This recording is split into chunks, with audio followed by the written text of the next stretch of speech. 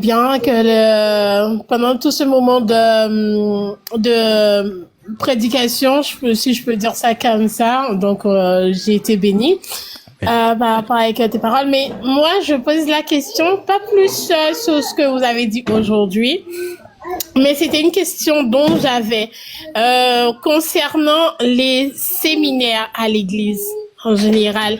Je me demande, est-ce que c'est biblique ou pas? Parce que moi, j'essaie de chercher, de trouver, et je me suis dit que, mais pendant les moments comment dirais-je, pendant les moments où le Seigneur Jésus-Christ était sur cette terre, je ne vois pas à quel moment où il faisait des séminaires, en fait. Donc, en gros, je me demande si nous servons le Seigneur Jésus-Christ de Nazareth et que, pardon, c'est les enfants, et que nous marchons selon sa parole et nous le suivons vraiment. Comment ça peut se faire qu'on fait des choses qui n'est pas qu'on n'a jamais vu qu'il fait en fait? J'aimerais bien savoir. D'accord. Alors je te réponds par une écriture. Bien évidemment, dans le corps du Christ, dans l'assemblée des saints, c'est ce qu'on a, c'est l'intimité. Hein, quand on parle de l'assemblée des saints, c'est l'intimité. Ça veut dire c'est l'intimité des saints. Voilà. Maintenant, en ce qui concerne ta question, il y a une écriture précise qui répond à cela. Si je prends ici Actes chapitre 17, tu vas voir que l'apôtre Paul, on pourra dire qu'il a fait un séminaire. On va dire ça comme ça. Actes chapitre 17, l'écriture dit ceci.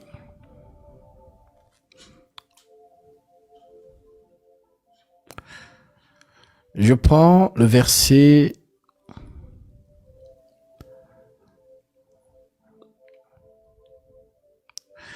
Je prends le verset 18. Bon, prenons à partir du verset 16. L'Écriture dit, comme Paul attendait à Athènes, il sentait au-dedans de lui son esprit s'irriter à la vue de cette ville pleine d'idoles. Ils s'entretenèrent donc dans les synagogues avec les Juifs Ils s'entretenaient dans les synagogues avec les Juifs et les hommes craignant Dieu. Et sur les places publiques, chaque jour, avec ceux qu'ils rencontraient. Verset 18, quelques philosophes, épicuriens et stoïciens se mirent à parler avec lui. Et les uns disaient, que veut dire ce discours? D'autres, l'entendant annoncer Jésus et la résurrection, il disait, il semble qu'il annonce des divinités étrangères. Alors, ils le prirent, donc on prend donc Paul, ils le prirent et l'amenèrent à la hiéropage en disant, pourrions-nous savoir quelle est cette nouvelle que tu enseignes? Donc tu vois donc ici que les gens étaient curieux de ce qu'il peut enseigner. Un peu comme voilà, on peut m'inviter moi quelque part. Voilà où je peux justement aller exposer la parole de Dieu. Ou alors, moi-même, je peux arriver quelque part et j'invite justement les gens qui sont là, qui disent, qui parlent des divinités, à venir écouter. Donc, c'est ce qui va donc arriver à Paul. Donc, à ce moment-là, qu'est-ce qu'il va faire? L'Écriture nous dit donc, alors, ils le prièrent et le menèrent à l'aéropage en disant, pourrions-nous savoir quelle est cette nouvelle doctrine que tu enseignes? Car tu nous fais entendre des choses étranges. Nous voudrions donc savoir ce que cela peut être. Or, tous les Athéniens et tous les étrangers demeurant à Athènes ne passaient leur temps qu'à dire ou à écouter des nouvelles. C'est l'expression qu'on utilisait à l'époque. Ça veut dire que la société athénienne à cette époque, ça dit, ils passaient tout leur temps à écouter les choses des divinités. Chacun sort sa part. Oh, Apollon, il a fait ceci, il a fait cela. Non, c'est Poséidon qui a fait ceci, qui a fait... Donc, c'était leur engouement. Alors, Paul, donc, justement, dit donc, Paul, verset 22, debout devant la hiéropage, dit, oh, homme athénien, je vous trouve à tous égards extrêmement religieux. Car en parcourant votre ville et en considérant les objets de votre dévotion, j'ai même découvert un autel avec cette inscription à un Dieu inconnu. Ce que vous reverrez sans le connaître, c'est ce que je vous annonce. Le Dieu qui a fait le monde et tout ce qui s'y trouve, étant le Seigneur du ciel et de la terre, n'habite point dans des temples faits de mains d'hommes. Il n'est point servi par les mains humaines, comme s'il avait besoin de quoi que ce soit. Lui qui donne, voilà, à tous la vie, la respiration et à toute chose. Il a fait que tous les hommes sortis dans sa sang habitassent sur toute la surface de la terre, ayant déterminé les durées des temps et les bornes de leur demeure. Il a voulu qu'ils cherchassent le Seigneur et qu'il s'efforçât de le trouver en tâtonnant, bien qu'il ne soit pas loin de chacun de nous. Car en lui nous avons la vie, le mouvement et l'être. C'est ce qu'ont aussi dit quelques-uns de vos poètes. De lui nous sommes la race. Étant donc la race de Dieu, nous ne devons pas croire que la divinité soit semblable à de l'or, à de l'argent, ou à de la pierre sculptée par l'art et l'industrie de l'homme. Dieu, sans tenir compte des temps d'ignorance, annonce maintenant à tous les hommes et à tout lieu qu'ils aient à se repentir, parce qu'il a fixé un jour où il jugera le monde selon la justice par l'homme qu'il a désigné, ce dont il a donné une preuve certaine en le ressuscitant des morts. Lorsqu'ils entendirent Paul parler de la résurrection des morts, les uns se moquèrent et les autres dirent, nous t'entendrons là-dessus une autre fois. Ainsi, Paul se retira du milieu d'eux. Vous voyez que ce n'est pas dans l'église, ok? Paul se retire du milieu d'eux. Quelques-uns, néanmoins, s'attachèrent à lui et crurent. Dénis, l'aéropathie, une femme nommée Damaris et d'autres avec eux. Donc, tu vois donc ici que, voilà, l'apôtre Paul, cette ville lui a donné l'occasion de l'entendre sur ce qu'il est en train de dire, mais le résultat de ça, c'est que quelques-uns quand même ont cru en ce qu'il a prêché et justement se sont attachés à lui, tout simplement. Oui, justement, je me suis dit, eux, ils étaient de l'extérieur, ça veut dire une forme d'évangélisation. C'est ça. Mais c'est C'est ça en fait. Mais moi je vous parle des séminaires de l'intérieur, comme par exemple comme tous les pasteurs font au jour d'aujourd'hui, ils font des rassemblements, ils invitent Justement. des autres pasteurs et sûrement aussi il y a une chose que je me suis rendu compte, les autres pasteurs, on doit payer leur billet d'avion, on doit payer leur hôtel, on doit tout faire pour eux. Et aussi encore, comment on appelle ça encore, donner des dons encore quand ils viennent avant qu'ils partent, qu'ils ont reçu encore avant de partir. Je me demande, est-ce que les autres frères dans la Bible, est-ce qu'ils avaient autant de comment dirais-je, moi je dis qu'au jour d'aujourd'hui pour être pasteur c'est trop de privilégiés, ils sont trop bien en fait, trop bien installés en fait, parce que avant il y avait pas tout ça. Les autres ils s'attendaient, comme on dit, c'est Dieu en fait qui mettait les gens sur leur chemin pour leur nourrir. Ils avaient pas un objectif. Si je dois aller à tel endroit, il faut qu'un tel me prépare le billet pour partir, l'hôtel, de quoi nourrir avant de partir. Il faut que j'ai de l'argent encore pour retourner chez moi. En fait, je comprends pas au jour d'aujourd'hui comment ça se passe en fait. Alors, ce que nous venons de t'expliquer, c'est comme nous venons de lire dans le livre de Actes. Ça, ce n'est pas dans l'église. Voilà pourquoi j'ai dit que dans l'église de Jésus-Christ, il n'y a pas de séminaire puisque l'église, c'est l'assemblée des saints, c'est l'intimité du corps de Christ. Ce sont les membres du corps de Christ qui sont assemblés pour justement, voilà, accomplir la prière, la communion fraternelle, la fraction du pain et justement les enseignements. Maintenant, lorsqu'on va dans le monde extérieur, tel que nous venons de lire dans Actes chapitre 17, à ce moment-là, l'homme de Dieu peut exposer.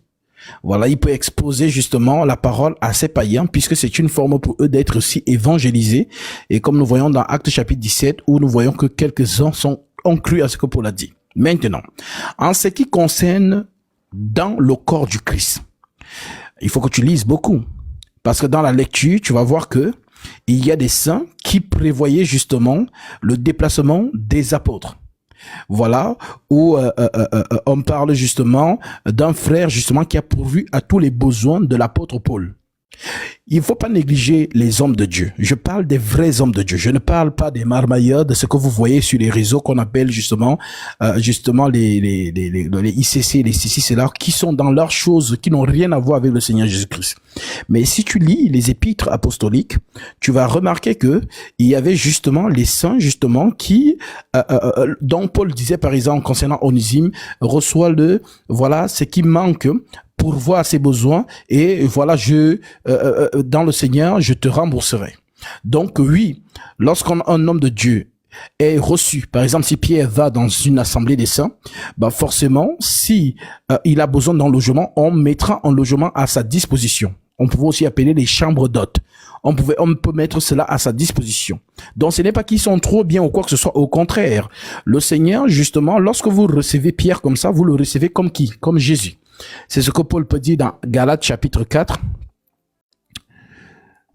14. L'Écriture dit, Galates 4, 14.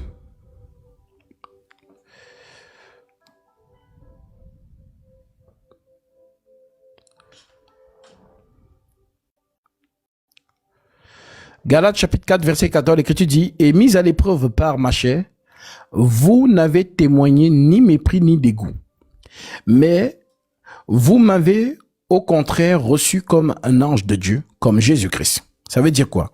Si tu apprends que Jésus, justement, vient chez toi, forcément, tu vas tout faire pour bien le recevoir. Si, par exemple, il y a un saint, justement, on envoie un saint vers vous pour qu'il vienne faire un service, bah forcément, vous allez justement mettre les choses à sa disposition pour qu'il soit bien. Vous rencontrez cela dans les épîtres. Donc, ce n'est pas qu'ils sont bien qu'on les chuchotait. Au contraire, le Seigneur aime ces choses. Voilà. Donc, ce qui n'a rien à voir avec ce que feront les fausses églises comme les ICC, les charismas et tout ceci, où ils sont dans les fives. Voilà, un peu comme dans le monde de la musique. Ça veut dire que, voilà, lorsque la maison de disques t'appelle, ça fournit ceci, ainsi de suite. Eux, ils sont dans leur bisoutage, dans leur réseau, voilà, dans leur club, dans leur lobby, où justement, on invite quelqu'un, c'est un peu comme une star qu'on veut inviter dans un mariage. Avant qu'il ne vienne, il faut préparer son cachet. Mais non, ça ne se fait pas dans le Seigneur. Voilà pourquoi nous ne prêchons pas parce qu'on sait qu'on va nous donner quelque chose. Nous prêchons parce que les enfants de Dieu vont écouter la parole qui va sauver leur âme. Maintenant, si les enfants de Dieu, en écoutant, sont justement dans la joie et manifestent leur libéralité, personne ne peut justement s'opposer à cela. Au contraire, Dieu aime ces choses, tout simplement. Ben justement, c'est ça en fait. C'était ça ma question. Plus, c'était pas le fait que par exemple qu'on les accueille ou on peut machin, parce que moi j'ai déjà eu ce côté-là. Ça, c'est le fait où qu'on a invité un pasteur, mais à ce qui paraît que malgré que l'église, qu'on n'avait pas le budget qu'il fallait, mais il fallait qu'on aille au-delà. Le pasteur était tellement exigeant qu'il voulait un billet d'avion vraiment en première classe. En fait, il Non. choisit tout ce qu'il voulait, en fait. Et ça, je me suis dit que, waouh, Seigneur, mais si on n'a pas, il peut pas prendre l'économie. Non, il veut pas. Donc, c'est que je trouve que c'est pour ça que je pose la question, est-ce que c'est normal? Non. Ou c'est un truc de ouf en fait que je comprends pas. Non, c'est pas normal. Si maintenant la personne, là tu parles des fausses églises, mais si la personne est assez aisée et qu'il lui-même il peut le faire, gloire à Dieu. Si maintenant l'assemblée veut le faire, gloire à Dieu. Si maintenant un frère ou une sœur s'engage à pouvoir le faire, gloire à Dieu. Mais nous ne sommes pas dans l'exigence dans le corps du Christ, parce que il faut savoir, parce que la question que tu poses, ce n'est pas le corps du Christ. Eux, ils sont dans leurs choses. Ça n'a rien à voir avec le corps du Christ, avec la sainte doctrine. Dans la sainte doctrine, tu as vu comment les apôtres travaillaient. L'apôtre Paul dit même déjà, j'ai dépouillé de certaines églises pour vous servir. Je pense que tu connais cette écriture. Donc, le Seigneur appelle tous les saints à être fervents, à servir le Seigneur. Mais nous ne sommes pas là pour vous dire, ah non, si je dois venir à vous, moi voilà, je ne prends que les jets privés. S'il n'y a pas un jet privé, je ne viens pas, parce que dans la francophonie, ils sont dans les premières classes. Mais aux États-Unis, ce n'est pas ça, ni même au Nigeria. C'est jet privé. Voilà, l'homme de Dieu ne doit que se déplacer à jet privé. Ça n'a rien à voir avec l'Église. Eux, ils sont dans leurs choses. Donc, ce que vous voyez à l'extérieur, ça n'a rien à voir avec Jésus. Quand vous voyez déjà ces choses, vous savez que le Christ n'est pas là. Mais dans le corps du Christ, nous travaillons selon que nous avons vu les apôtres travailler.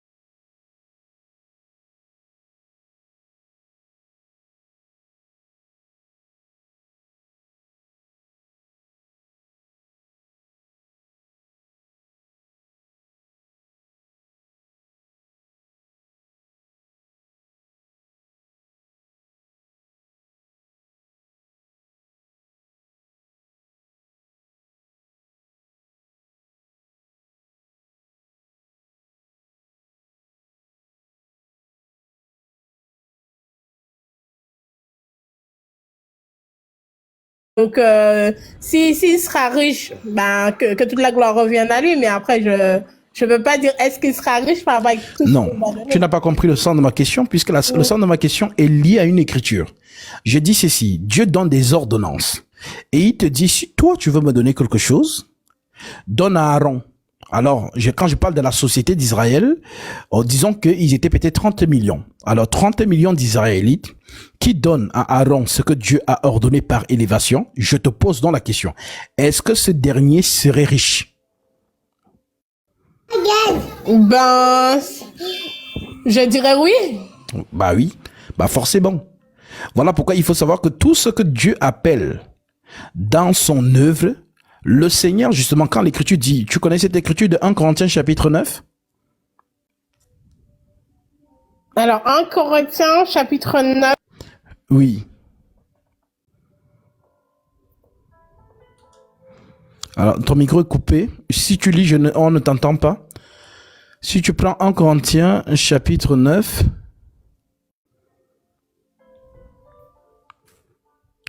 tu peux prendre à partir du verset 13 jusqu'au verset 14. Allô?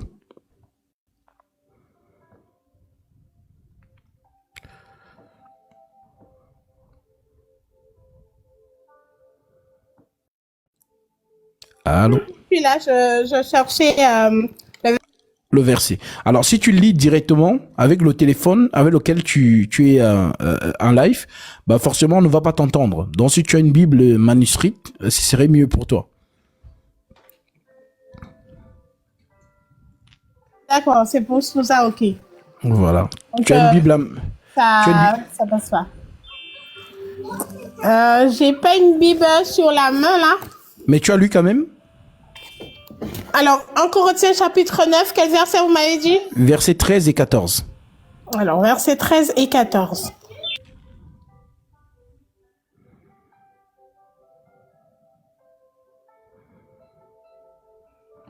Non, elle doit lire pour elle-même, pour qu'elle comprenne elle-même.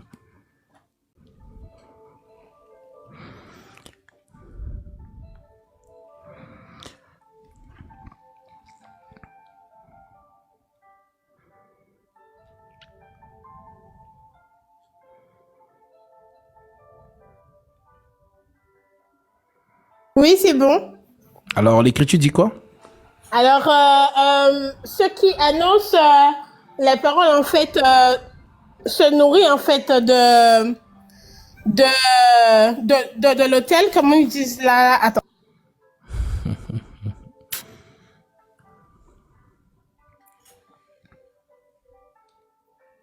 Ils remplissent les fonctions sacrées, sont nourris par le temple. Donc, je te pose donc la question. Est-ce que tu es le temple? Oui, je suis le temple du Saint-Esprit. Merci. Donc, ici, dans cette écriture, en fait, c'est Paul qui fait référence à Nombre chapitre 18. Dans Nombre chapitre 18, il y avait ce qu'on appelait le temple. Et ceux qui travaillaient dedans, c'était les Lévites, les sacrificateurs. Maintenant, ils étaient nourris justement par le temple. Voilà pourquoi Paul rappelle dans cette écriture en disant à son tour, au verset 13, « Ne savez-vous pas que ceux qui remplissent les fonctions sacrées sont nourris par le temple? Que ceux qui servent à l'autel ont part à l'autel, de même aussi. Le Seigneur a ordonné, c'est un ordre, ce n'est pas une négociation. On ne fait pas parce qu'on veut, non, c'est un ordre. Celui qui m'aime garde mes commandements. De même aussi, le Seigneur a ordonné à ceux qui annoncent l'évangile de vivre de l'évangile. Voilà ce qui se passe dans le corps du Christ. Ça veut dire que si toi, tu es le temple du Seigneur, puisque l'Écriture le dit dans 1 Corinthiens chapitre 16, 1 Corinthiens chapitre 3, verset 16, je dis cela, l'Écriture dit, ne savez-vous pas que vous êtes le temple de Dieu et que l'Esprit de Dieu habite en vous? Si quelqu'un détruit le temple de Dieu, Dieu le détruira car le temple de Dieu est saint et c'est ce que vous êtes. Donc, en tant que temple de Dieu, nous ne sommes plus dans justement la loi où il y avait un bâtiment. Donc, le temple de Dieu aujourd'hui, nous servons dans l'esprit, donc c'est vous. Voilà pourquoi dans la même écriture de 1 Corinthiens chapitre 9, tu peux voir que Paul te dit par exemple à partir du verset 8, je prends à partir du verset 6, ou bien est-ce à moi seul et à Barnabas, nous n'avons pas le droit de nos points travailler? Qui jamais fait le service à ses propres frais? Qui jamais fait le service militaire à ses propres frais? Qui est-ce qui plante une vigne et n'en mange pas le fruit? Qui est-ce qui fait paître un troupeau et ne se nourrit pas du lait du troupeau? Parfois, on emploie souvent le terme brebis, les brebis du Seigneur. Donc, une brebis, voilà, peut avoir du lait. Maintenant, on dit donc que si un berger, voilà, paie une bergerie, on va dire ça comme ça, un troupeau, bah, il est normal que le berger boive du lait du troupeau. Alors, Paul rappelle ces choses en disant, qui jamais, donc il prend d'abord le gouvernement, si on peut parler ainsi dans notre société. Jamais un gouvernement ne va embaucher un soldat et le soldat fait le service à ses propres frais. Non, c'est pas possible. C'est le gouvernement qui a appelé le soldat, qui lui fournit les ustensiles nécessaires à sa mission. Vois-tu? Donc, alors l'apôtre Paul dit donc que qui jamais fait le service militaire à ses propres frais. Ok? Il continue en disant,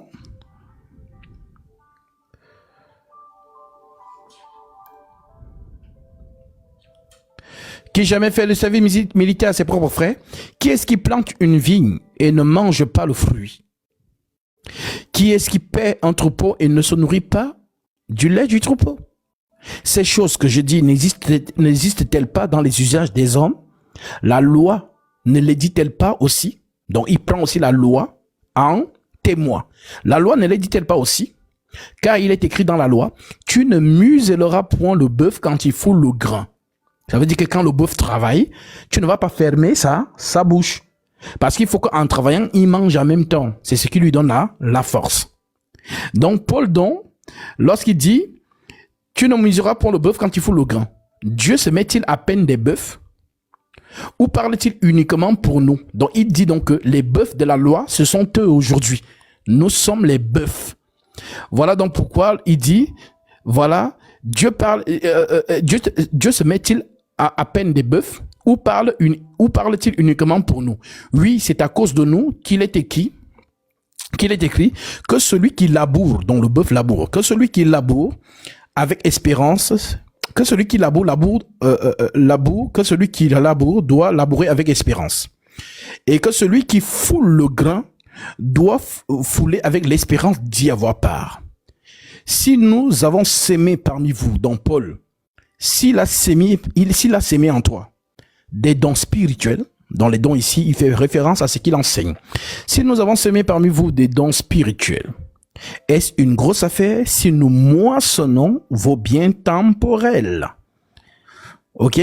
Ça veut dire que si nous avons semé parmi vous des biens spirituels, est-ce une grosse affaire si nous moissonnons vos biens temporels?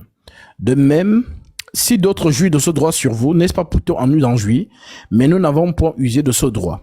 Au contraire, nous souffrons tout afin de ne point crier d'obstacle à l'évangile de Christ. Ne savez-vous pas que ceux qui remplissent les fonctions sacrées sont nourris par le temple et que ceux qui servent à l'autel sont nourris par l'autel? De même aussi, le Seigneur a ordonné à ceux qui annoncent l'évangile de vivre de l'évangile. Maintenant, écoute ce qu'il continue à dire. Pour moi, je n'ai point usé de ce droit.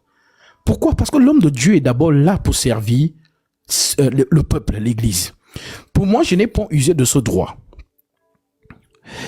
Et ce n'est pas afin de les réclamer en ma faveur que j'écris ainsi, car j'aimerais mieux mourir que de me laisser enlever ce sujet de gloire.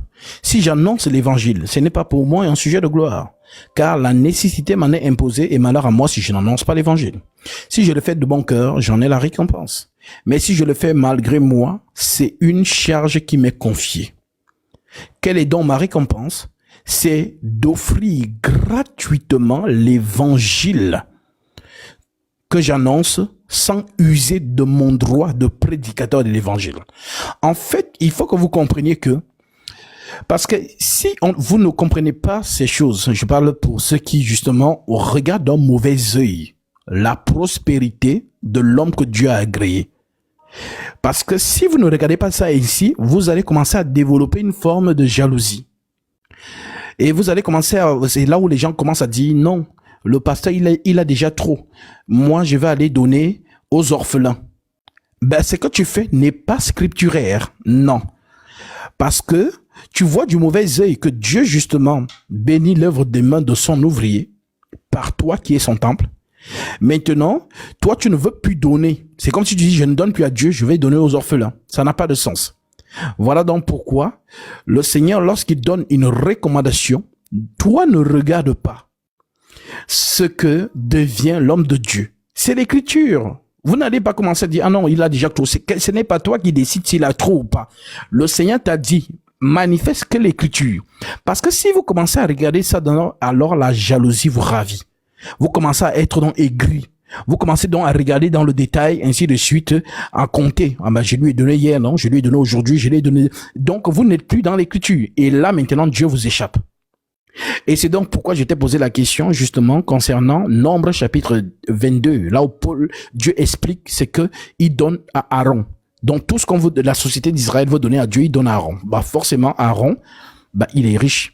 Il prospère parce que le Seigneur l'a choisi et c'est ainsi. Voilà pourquoi le Seigneur dit par exemple dans Luc chapitre 10 verset 7. Je vais lire ça pour toi. Luc chapitre 10 verset 7. L'Écriture dit ceci. Je prends ma partie verset 7. Et s'il se trouve un enfant de paix, votre Père reposera sur lui, sinon elle viendra sur vous. Je prends le verset 5 pour la meilleure compréhension. Dans quelques maisons dont Jésus envoie ses ouvriers, ok? Dans quelques maisons que vous entriez, dites d'abord que la paix soit sur vous, sur cette maison. Et s'il s'y trouve là un enfant de paix, votre Père reposera sur lui. Sinon, elle reviendra sur vous.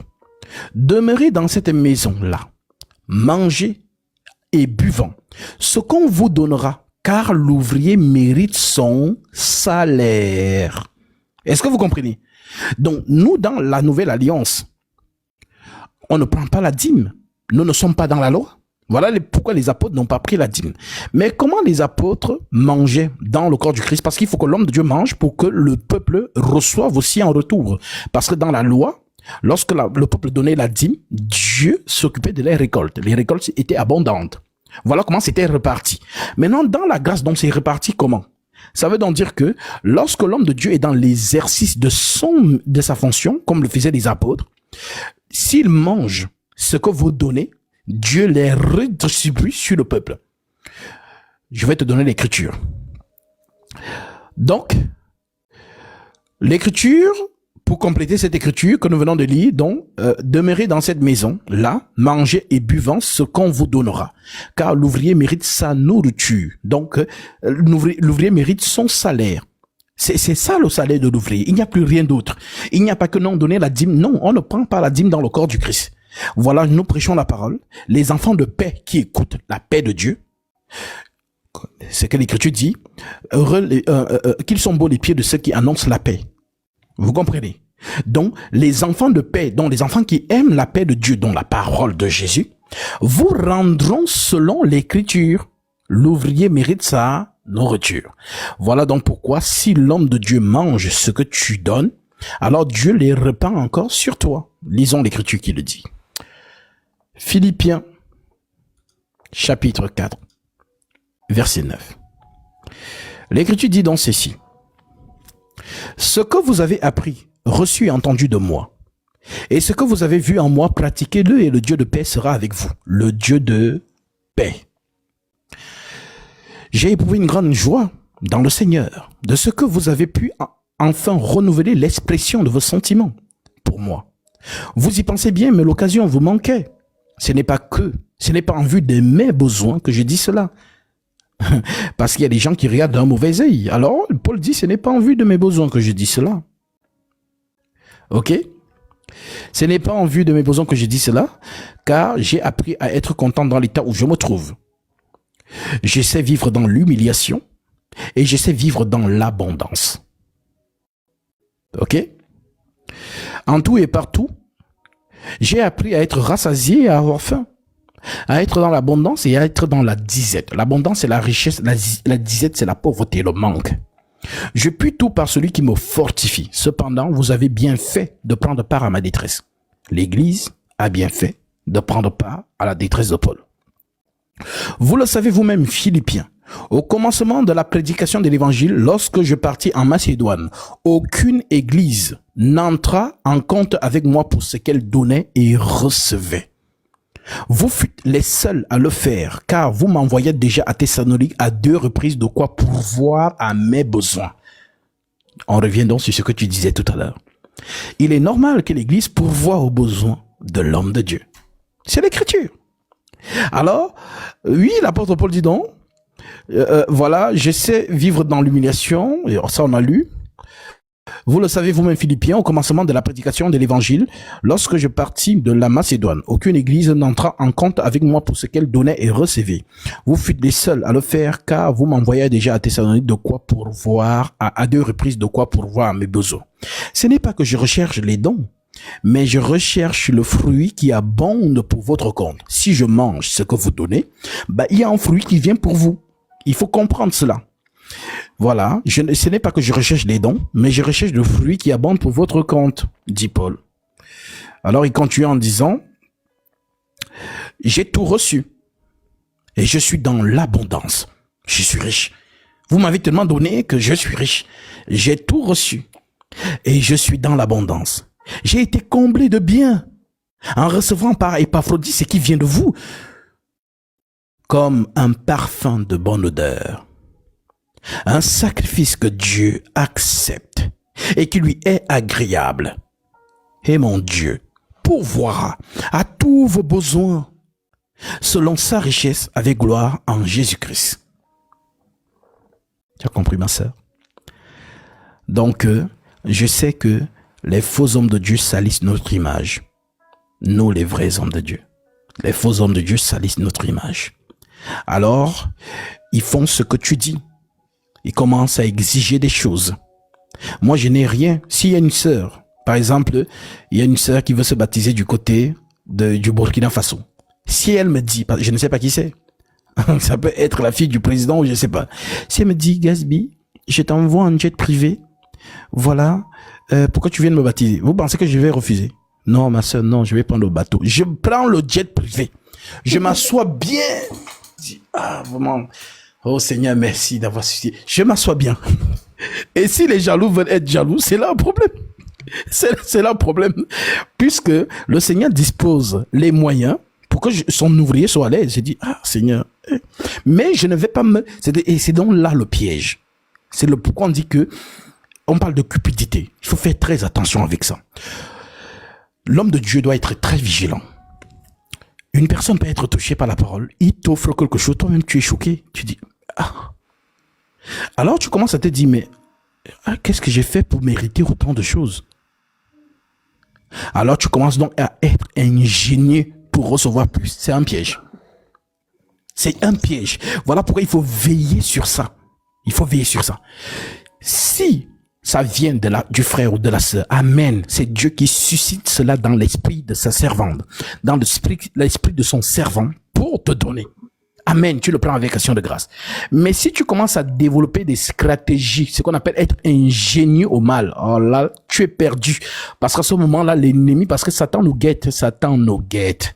Et Satan sait que l'homme, lorsqu'il voit les biens, comme l'apôtre Paul disait je pense, de Silas, Silas m'a abandonné pour les biens du siècle présent. Vous savez ce que ça veut dire?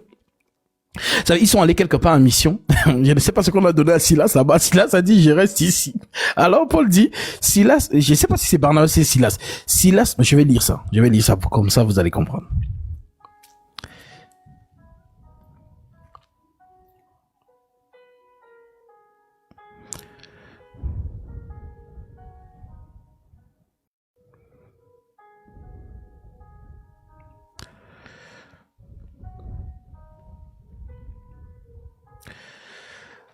De Timothée, chapitre 4, verset 10. L'Écriture dit, c'est Démas.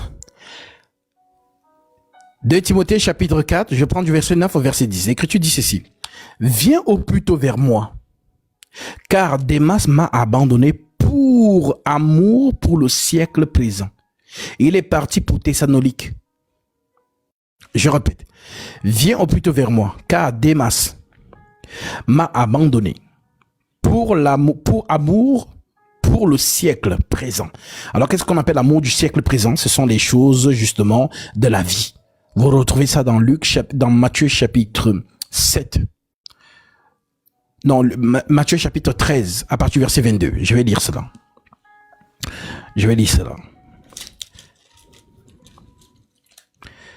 Matthieu 7. Matthieu 13, verset 22. L'Écriture dit ceci.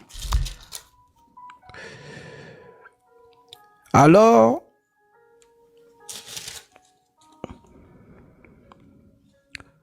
Matthieu 13, verset 22. Celui qui a reçu la semence parmi les épines, c'est celui qui entend la parole, mais celui qui a reçu la semence parmi les épines, c'est celui qui entend la parole, mais en qui les soucis du siècle, la séduction des richesses et toute cette parole et la rendent infructueuse. Les soucis du siècle. Donc, lorsqu'on lit donc ici, Démas m'a abandonné pour amour pour le siècle présent. Donc, les hommes de Dieu que nous sommes, nous devons être très vigilants. Il faut être dans l'esprit. Nous ne sommes pas là parce qu'on veut, voilà, on doit devenir quoi? Non, au nom de Jésus-Christ. Nous sommes là parce que nous devons proclamer le royaume des cieux sur la terre. Maintenant, si le Seigneur permet en sorte que nous mangeons, parce que c'est ça qu'il a instauré. Selon Matthieu 10, dernier verset, le Christ déclare: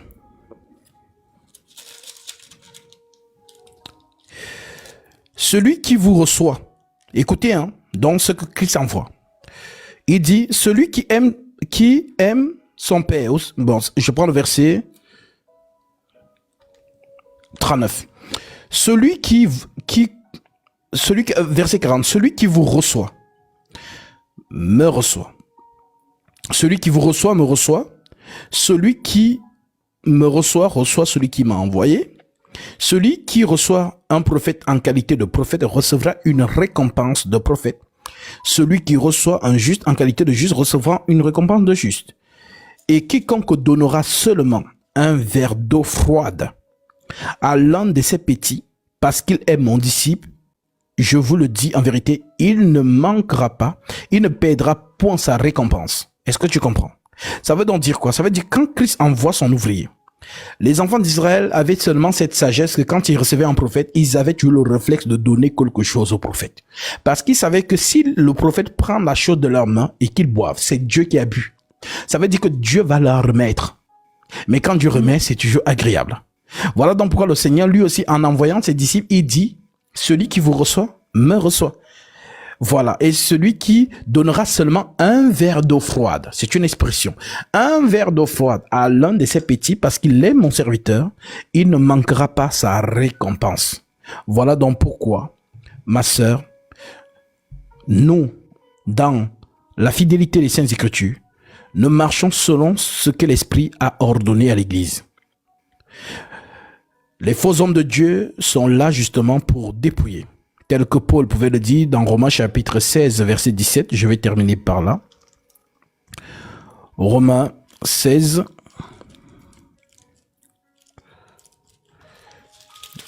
verset 17. Il est écrit: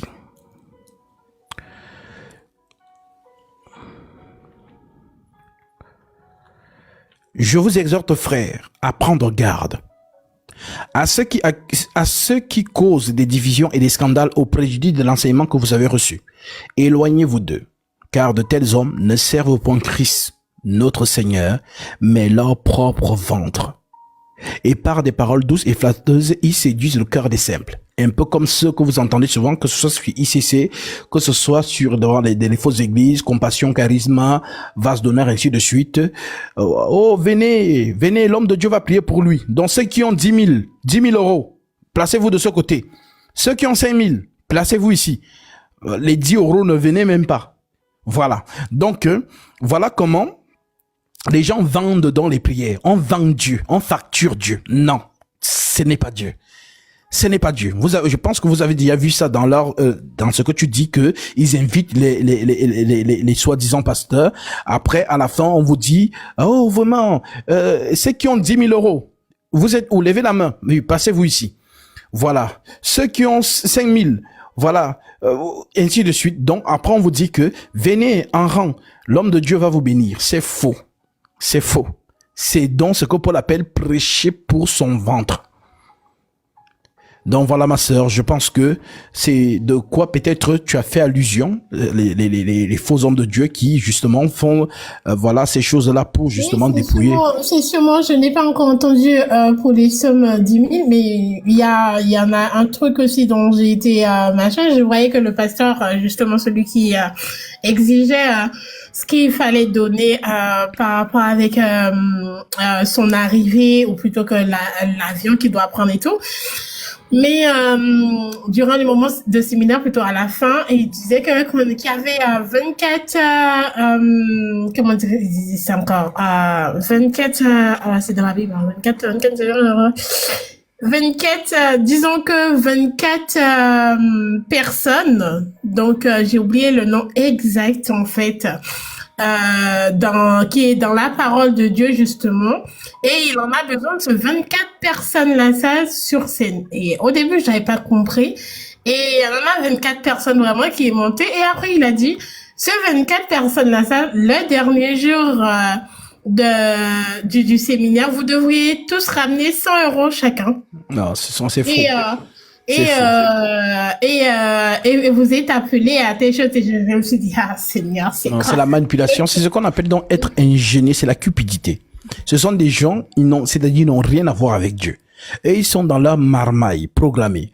Ça, par exemple, je prends l'exemple de Joël Tato qui disait aux gens 10 minutes de conversation avec lui, 200 €. C'est ça, on vend Dieu. C'est faux. On ne facture pas les choses de l'esprit. Les enfants de Dieu, je prends un exemple. Un enfant de Dieu qui lit les Écritures, il sait ce qu'il doit faire devant l'homme de Dieu. On n'a même pas besoin de le lui rappeler. Donc, s'il a bien assimilé les instructions du Seigneur, il sait que lorsqu'il est en face de l'homme de Dieu, il doit procurer quelque chose. C'est instinctif, c'est en lui. Voilà donc pourquoi le Seigneur parle des enfants de paix. Si vous entrez dans une maison, saluez, et s'il y a un enfant de paix dans cette maison, que votre paix repose sur lui. Ok? Donc, les gens qui viennent vous faire justement ces choses que tu dis là, justement, ce sont des marmailleurs. Et sur toute cette explication que je viens de donner, parce que je sais qu'il y a beaucoup de faux hommes de Dieu qui m'écoutent en faux profil. Ça veut dire que ils prennent ce que je dis pour aller les tourner à leur manière, à leur avantage. À ceux-là, je dis, mangez. Mangez, mangez. Remplissez-vous le ventre. Mangez. Votre faim sera selon vos œuvres. C'est ce que je vous dis. Parce que le Seigneur nous a appelés dans ces choses. Et comme Paul pouvait le dire, si d'autres jouissent de ce droit sur vous, n'est-ce pas plutôt en nous d'en jouir? Mais nous n'avons fait de cela, justement, aucun cas pour nous. Pour ne pas faire obstacle à l'évangile du Seigneur. Nous ne prêchons pas pour ces choses. Si déjà ça commence à m'habiter, alors je dis Seigneur, j'appelle le Seigneur que Seigneur, l'ennemi veut se lever. Notre souci, c'est de prêcher le royaume de Dieu aux enfants de Dieu. Maintenant, ceux qui sont touchés, parce qu'ils veulent mettre la parole du Christ en pratique, il leur a dit, l'ouvrier mérite sa nourriture. Et ils le feront parce que l'Écriture dit, même si je deviens quoi? Et que c'est la main du Seigneur qui permet en sorte que je puisse prospérer. Ils ne vont pas regarder ça d'un mauvais œil. Ils ne vont pas être jaloux ou quoi que ce soit. Parce qu'ils savent que c'est l'Écriture. Voilà donc pourquoi le Seigneur Jésus-Christ connaît ceux qui lui appartiennent. Les faux hommes de Dieu, laissez-les marmailler. Voilà, qu'ils fassent ce qu'ils font. Ils auront le salaire de leur travail. Comme Paul pouvait le dire, voilà, leur fin sera selon leurs œuvres. Les Joël Tatou, les comment il s'appelle, Ivan Castano, qui appelle, oh Dieu m'a dit de lui construire un temple. Les gens rassemblent les fonds, 65 millions d'euros. Et ils disent aux gens que c'est Dieu qui leur a dit de construire le temple. Alors, je dis à chacun de vous, tel que Paul a dit, le Seigneur n'habite point dans des temples faits de main d'homme. C'est écrit. Acte, je ne sais même pas si les gens qui sont dans ces choses-là, s'ils vérifient même les Écritures. Il est écrit noir sur blanc, Actes chapitre 17, verset 24.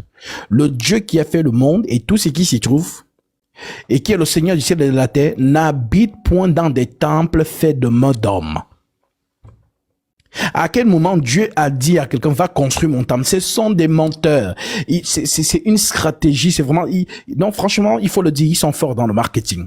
C'est une stratégie pour attirer des fonds. Voilà, et ensuite, justement, se remplir, et ainsi de suite. C'est malsain, c'est profane. Et ça marche apparemment. Voilà, parce que lorsqu'on vient dire à quelqu'un, non, si tu mets seulement ton parpaing, et que ton parpaing que tu as mis soutienne, alors on commence à distribuer les enveloppes aux gens, mettez votre Dieu à l'épreuve. La personne qui fait ceci va... Non, ce sont des marmailleurs. Dieu n'habite pas dans des temples faits de main d'homme. Dieu n'a envoyé personne bâtir un temple. Ça n'existe pas. Voilà, les églises, si on lit Romains chapitre 16, je pense que vous avez lu. Romains 16, vous voyez que les frères et sœurs s'assemblaient dans les maisons. Alors ils vont vous dire, oh mais est-ce que 3000 personnes peuvent justement suffire dans une maison? Alors demandez-leur que le jour de la Pentecôte où il y avait 3000 personnes qui ont cru, ils étaient où? Justement, on peut être aussi dans un parc. On peut être aussi, je sais pas, dans un endroit.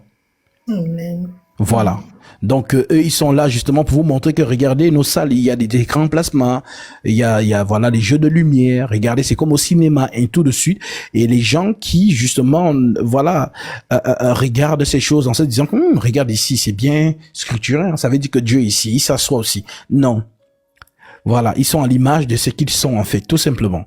Mais, c'est la parole de Dieu qui nous intéresse. Peu importe où nous nous asseyons pour écouter la parole, c'est la parole de Christ qui nous intéresse. Même Jésus, Dieu du ciel et de la terre, s'asseyait sur le champ des oliviers. Et ceux qui le suivaient s'asseyaient aussi sur, voilà, le gazon. Voilà, ils s'asseyaient et ils écoutaient la parole. C'est merveilleux. Maintenant, ceux qui vous font croire que non, c'est encore mieux quand tu écoutes la parole, tu es assis sur du Louis XIV. Voilà, comme ça, quand on voit que le trône du pasteur, c'est vraiment, ça veut dire que Dieu... Non, mes frères, c'est la manipulation. Les gens là vous manipulent. Ils vous manipulent. Ils vous manipulent. Alors, sortez de ces choses et revenez dans ce qu'on appelle la simplicité de Christ. Voilà, tout simplement, ma sœur. Amen, amen, amen. Sois béni. En tout cas, merci pour l'éclaircissement, parce que je me posais vraiment des questions dessus. Et vraiment pour comment dirais-je, vous valider ce que vous dites. Moi, perso, je pourrais dire que je ne suis jamais contre le fait qu'on donne selon nos cœurs. Au pasteur ou peu importe, en fait, ou peu importe avec la personne même à l'église, où on donne. C'est vraiment que quand le Seigneur a mis au fond de toi, tu as envie de donner, il te dit tu donnes à telle personne, tu prends, tu donnes, tu bénis telle personne. Mais moi, c'était ça qui me choquait, c'est le fait que si on invite, mais pourquoi que même la personne qui est en face ne fait pas d'effort de participer, et que tout revient à l'autre et que l'autre et ils exigent en plus. C'est ça que je trouvais qui était un peu trop pour moi. Est-ce que c'était normal? Donc c'était ça en fait, parce que je voyais pas ça, j'ai jamais vu et ni entendu, même dans la parole de Dieu, où c'était écrit que le Seigneur Jésus est exigeant envers son peuple à ce point-là, quoi. Donc, c'est plus pour ça que je posais la question. Mais en tout cas, merci de m'avoir éclairci. Et sur quoi encore? Oui, vous avez dit que oui, vous prenez pas de la dîme de base. Mais pourquoi les autres églises, ils prennent la dîme? Parce qu'ils sont dans la marmaille. Tu sais ce qu'on appelle marmaille? Ça veut dire quoi? Ça veut dire que ce sont des gens qui n'ont rien à voir avec Dieu. Mais justement, ils ont compris que la plupart des personnes qui s'intéressent à Jésus ne vérifient pas les Écritures. Alors, c'est un peu comme les assureurs. Ils t'écrivent un contrat, mais ils cachent les choses que tu ne dois pas voir. Parce qu'ils savent que non, c'est trop, tu vas dire, c'est trop petit, tu as la flemme d'aller lier. Mais c'est dans ça qu'il y a donc justement le piège. Alors, il est normal que si les personnes qui disent qu'ils sont chrétiens ne vérifient pas les Écritures, bah forcément, ils sont justement entubés, si on peut dire ça comme ça.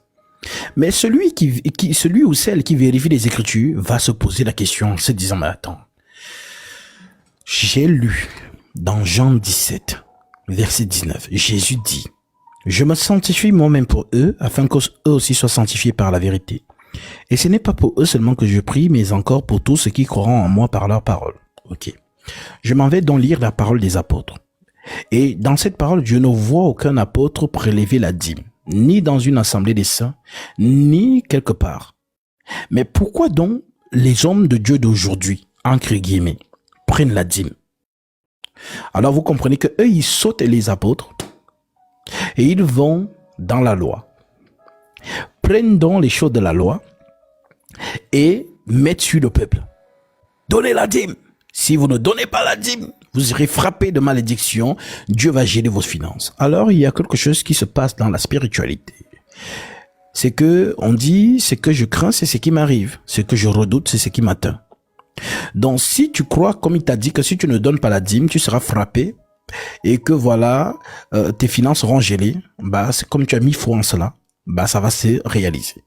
Puisque l'Écriture dit, ne mettez pas foi à tout esprit. Comme je vous ai dit, l'esprit, c'est la parole.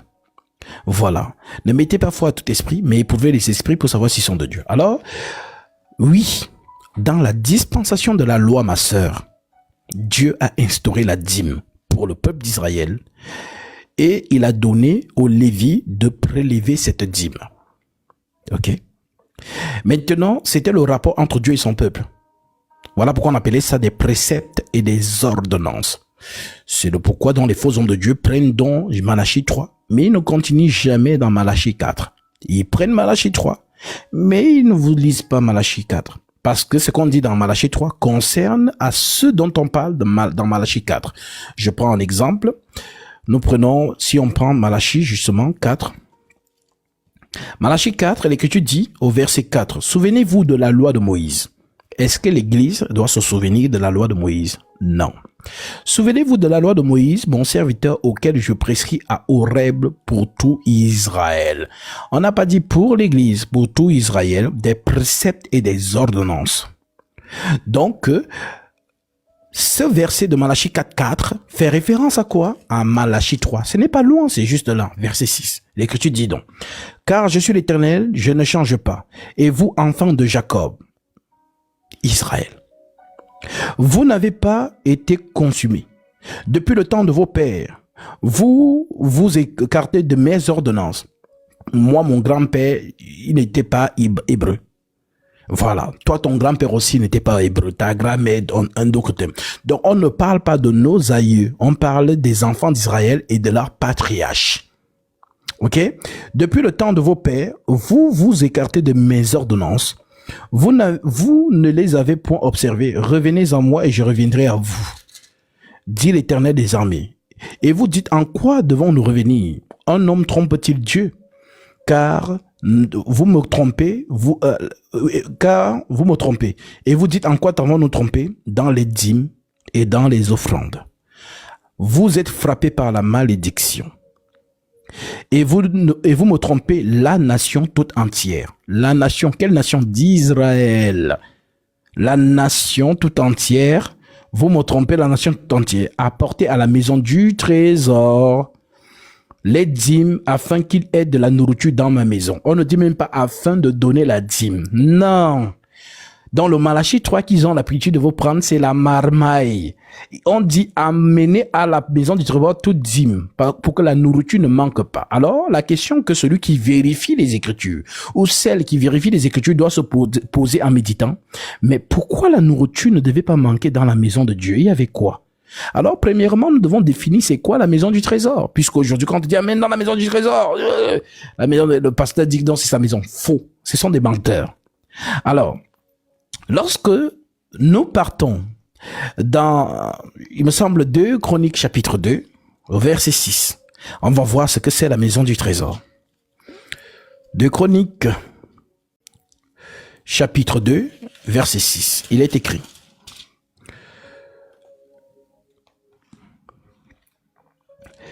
Mais qui a le pouvoir de lui bâtir une maison? Puisque les cieux des cieux ne peuvent le contenir, ne peuvent le contenir, et qui suis-je pour lui bâtir une maison, si ce n'est pour lui faire brûler des parfums devant lui?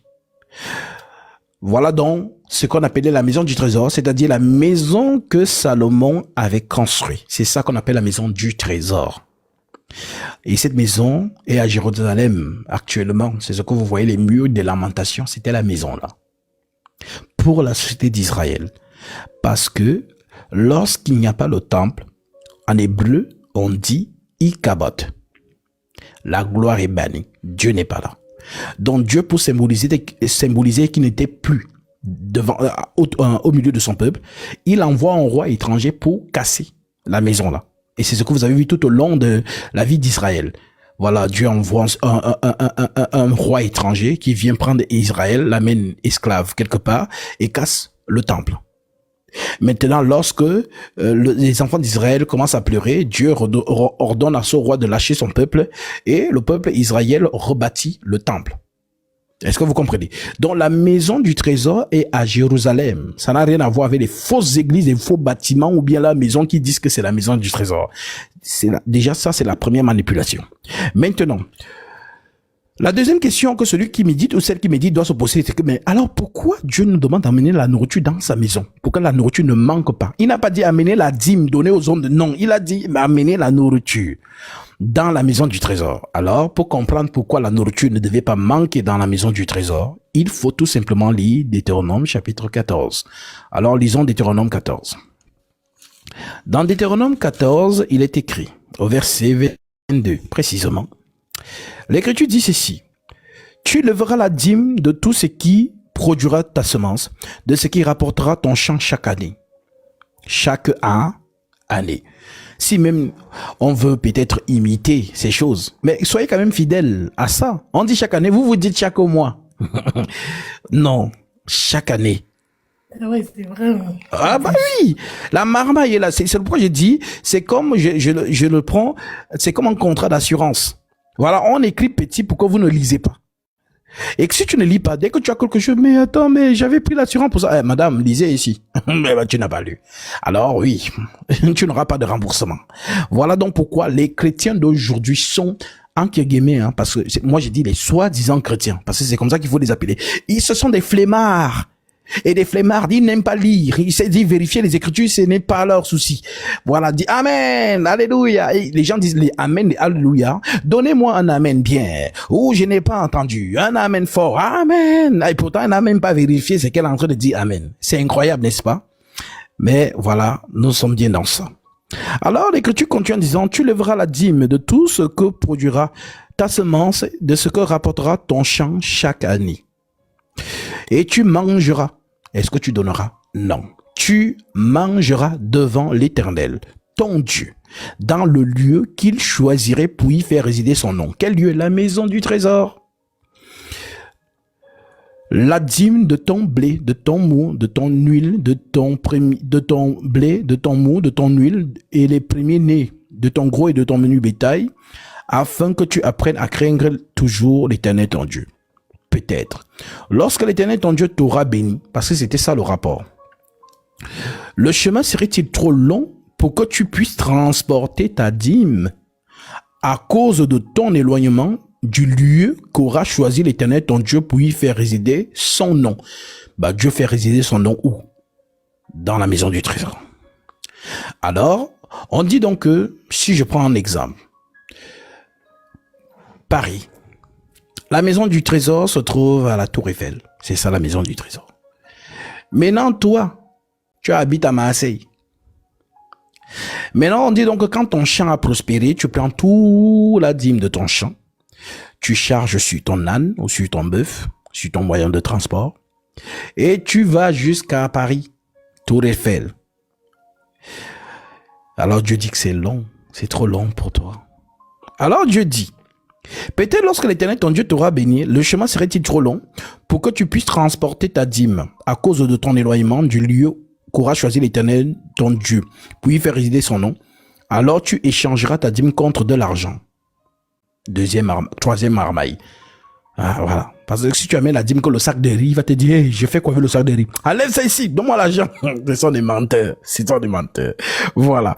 Donc, alors tu échangeras ta dîme contre de l'argent. Oui, parce que l'argent ne pèse pas. Tu vas échanger, ça ne pèse pas, tu mets dans ta poche et puis tu voyages tranquillement, tu vas à la maison du trésor. Alors tu échanges ta dîme contre de l'argent, tu serreras cet argent dans ta main et tu iras au lieu que l'Éternel ton Dieu aura choisi. Là, tu achèteras. Est-ce que tu comprends? Là, tu achètes. Donc, tu as transformé ta dîme en argent et tu voyages avec cet argent. Quand tu arrives donc au lieu concerné, on dit que là, tu achèteras. Tu ne donneras pas. Tu achèteras. Voilà donc pourquoi il ne devait donc pas manquer de la nourriture dans la maison du trésor. Pourquoi? Parce que cette nourriture servait toujours aux enfants d'Israël qui habitaient loin et qui justement transformaient leur dîme en argent. Quand il arrivait au temple, ils devaient acheter les mêmes choses. Voilà donc pourquoi la nourriture là devait toujours être stockée dans le temple, parce que ça servait toujours aux enfants d'Israël. Alors on dit, là tu achèteras avec l'argent tout ce que tu désireras. Les bœufs, les brebis, voilà, du vin. Non, chrétien ne doit pas boire du vin. Bah, au temps de Dieu, voilà, à vous de décider que non, Dieu a autorisé le péché dans la loi. Dieu n'a jamais autorisé le péché, ni dans la loi, ni dans la grâce. Donc, là, tu achèteras avec l'argent tout ce que tu désireras, des bœufs, des brebis, du vin, oui, le vin. Des liqueurs fortes. Liqueurs fortes, ça veut dire Bordeaux, plutôt whisky, vodka, tout ce qui va avec là. Du vin, des liqueurs fortes. Tout ce que qui te fera plaisir, tu mangeras devant l'Éternel, ton Dieu, et tu te réjouiras, toi et ta famille. Est-ce que vous avez compris? Oui. Donc, la marmaille de Malachie 3. Je vous dis qu'ils sont devenus millionnaires avec ça. Les faux hommes de Dieu, les Marcelo Tournassi, les Ivan, ce sont des voleurs en costume. Ce ne sont pas des hommes de Dieu. Et comme je dis, laissez-les manger. Qu'ils mangent. Parce qu'ils justement, ils falsifient les Écritures pour justement faire en sorte que ceux qui ne vérifient pas, justement, soient entubés. Alors, ils mangent, c'est l'argent du vol. Ok? Ils volent les saints avec l'argent, avec le nom de Dieu. Et ils s'enrichissent. Et voilà, donc ils peuvent manger. Mais après avoir mangé là, c'est qui les attend. Comme Paul pouvait le dire, leur fin sera selon leurs œuvres. Alors maintenant, tu vois donc que lorsqu'on on prêche dans ces choses, on s'éloigne de Christ. Parce que la loi n'amène pas à la perfection. La loi est un pédagogue pour nous amener à la grâce. Alors qu'est-ce que Paul dit donc pour ceux qui pratiquent ces choses? Parce que la loi est une ordonnance lévitique. Alors qu'est-ce que Paul dit à ce sujet? Si nous prenons donc Galates 5, et je termine par là. Galates chapitre 5.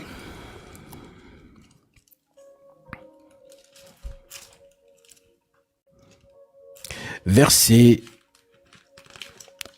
1.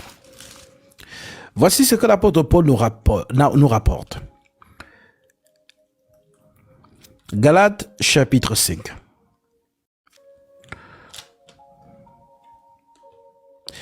C'est pour la liberté que Christ nous a affranchis. Demeurez donc fermes et ne vous laissez pas mettre de nouveau sous le joug de la servitude. La loi. C'est la loi qu'on appelait la servitude. Ok? Maintenant, les gens, vous êtes en Christ, mais ils veulent vous mettre dans le joug de la loi. Donne la dîme. Si tu ne donnes pas la malédiction, ainsi de suite. On va expliquer cette malédiction, ne vous inquiétez pas. Verset 2. Voici moi, Paul. Je vous dis que si vous faites circoncire, la circoncision, c'est la loi. Si vous faites circoncis, Christ ne vous servira de rien. Et je proteste encore une fois à tout homme qui se fait circoncis, qu'il est tenu de pratiquer toute la loi. En d'autres termes, je prends un exemple. Qu'est-ce qu'on peut prendre là pour illustrer cela? Bon, je vais prendre cette boîte.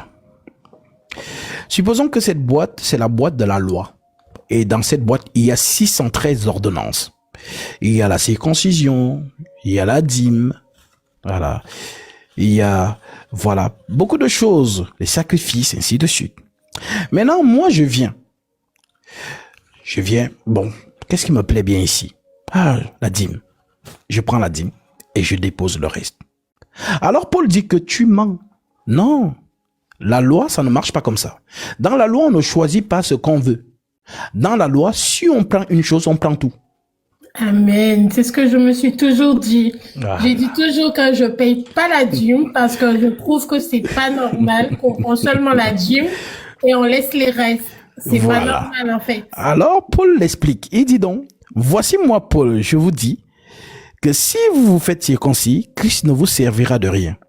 Et je proteste encore une fois à tous les hommes à tout homme qui se fait circoncis, qu'il est tenu de pratiquer toute la loi entière. Vous êtes séparés de Christ. Vous tous qui cherchez la justification dans la loi, vous êtes déchus de la grâce. Alors c'est dangereux de prêcher la loi dans l'église aujourd'hui. Donc tu vois donc que ces personnes qui prêchent donc les dîmes et toutes ces choses, en fait prêchent la loi et font en sorte que ceux qui pratiquent ces choses sont déchus de Jésus-Christ. Voilà. Maintenant, j'explique vite fait la fameuse malédiction. Parce qu'il faut ils ont dit que si tu ne donnes pas ta dîme, tu seras frappé par la malédiction. Alors, j'explique cette malédiction. Si je prends dans Galates 3 au verset 12, l'Écriture dit ceci, dans Galates chapitre 3, verset 12. En effet, Galates 3, 12, or la loi ne procède pas de la foi. Mais elle dit, celui qui mettra ces choses en pratique vivra par elle. Donc Paul insiste. La loi ne procède pas de la foi. Mais elle dit, celui qui mettra ces choses de la loi en pratique vivra par elle. Donc, en gros, les gens qui pratiquent la loi aujourd'hui, ils disent en fait, sans le savoir, Jésus, on n'a pas besoin de toi. Nous-mêmes, on peut mettre la loi en pratique. Donc, tu n'as pas besoin de venir pour nous. Pourtant, personne, aucun homme ne peut mettre la loi en pratique. Seul celui qui a donné la loi peut accomplir la loi. Donc voilà donc pourquoi Jésus, en venant sur terre, dit donc aux hommes, venez à moi, vous tous qui êtes fatigués et chargés, et je vous donnerai du repos. En d'autres termes, il n'y a qu'un seul homme saint, c'est Jésus-Christ. C'est lui qui est agréé par Dieu pour les hommes. Donc il n'y a que lui qui peut plaire à Dieu. Tous sont péchés et sont privés de la gloire de Dieu. Donc le seul que Dieu aime, c'est son fils bien-aimé. Voici mon fils bien-aimé, en qui j'ai mis toute mon affection. Écoutez-le, c'est lui. Donc, si on veut être approuvé de Dieu, il faut qu'on soit caché en Jésus, parce que c'est lui l'homme saint. Il n'y a plus de condamnation pour ceux qui sont en Jésus-Christ. Alors, oui, l'apôtre Paul, donc, qui a compris ces choses avant moi, déclare, « Or, la loi ne procède pas de la foi. Mais elle dit, celui qui mettra ces choses en pratique vivra par elle. Christ nous a rachetés de la malédiction de la croix, de la loi. Christ nous a rachetés de la malédiction de la loi, en devenant malédiction pour nous. Donc, si un faux homme de Dieu te dit encore, donne la dîme, si tu ne donnes pas la dîme, tu vas être frappé par la malédiction. Tu lui dis, mais homme de Dieu, vraiment, toi, vraiment, et tu es même qui t'a donné même, comme Jésus avait dit à Nicodème, tu es docteur de la loi et tu ne sais pas ces choses. Qui t'a mis? Donc ce sont des faux hommes de Dieu qui ne maîtrisent pas ces choses et qui prêchent la loi. Pourtant, nous sommes dans la grâce. Tout simplement, ma sœur. Donc, aujourd'hui, vraiment, c'est comme le Seigneur dit, si un aveugle suit un autre aveugle, les deux vont tomber dans la fosse. Ça veut dire que le Seigneur, tu ne vas pas dire au Seigneur, mais Seigneur, ce sont les faux hommes de Dieu là, non? Et c'est eux qui nous ont dit de donner la dîme. Le Seigneur va te dire, ok, ils ont dit. Mais tu avais les Écritures, tu as vérifié. Non, Seigneur. Ah bah, toi aussi va avec lui. Dans la fosse. Donc il n'y aura pas d'excuse. Voilà pourquoi nous qui disons donc que nous sommes chrétiens, nous devons être assidus dans la vérification des Saintes Écritures. Il faut vérifier ce qu'on vous enseigne, d'autant plus que les lettres apostoliques sont là, de Actes chapitre 2 jusqu'à la dernière lettre de Jude. C'est ce que nous devons mettre en pratique et non le contraire. Voilà ma sœur. Merci, sois béni, mon frère. Sois béni également. Oui, c'était bon. C'est très bon même. Amen. D'écouter, amen. Shalom à toi. Alors, Donc, je tiens seulement à dire aux faux hommes de Dieu, ne vous inquiétez pas, vous les avez longtemps maintenus dans les faussetés. Ce peuple va se réveiller et ça sera brutal. Voilà, parce que nous sommes là, nous sommes sur scène. Voilà, nous allons brandir la lumière. Et le peuple qui était dans les ténèbres, retenu captif par vous, vont voir luire la splendeur de la parole de Christ. Et comme l'Écriture le dit, lorsque le Fils vous affranchira, alors vous serez réellement libres. Seule l'Écriture affranchit.